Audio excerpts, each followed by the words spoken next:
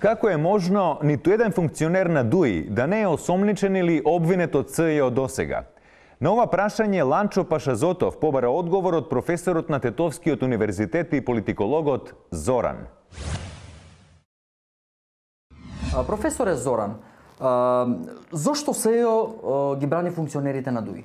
Видите се, госпожо, прво во вашето прашање чувствувам малку тенденција како сака да се импутира дека некој створил криминал. Меѓутоа, самото тоа што не го над никој од ДУИ кажува дека они не го кршеле законот.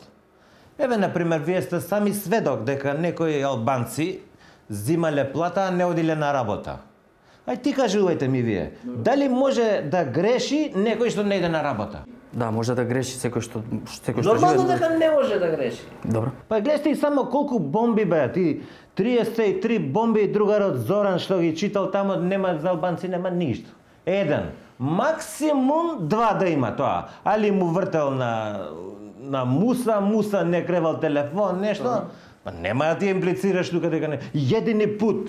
Едини пут кога му се јавувал Али на Никола кога му се јавувал да му честита Имер. Дали е така? Директно прашање. Дали не мислите дека ова има врска со тоа што е ДУИ на власт? Повторно сакаш да ми имплицираш нешто што не е точно.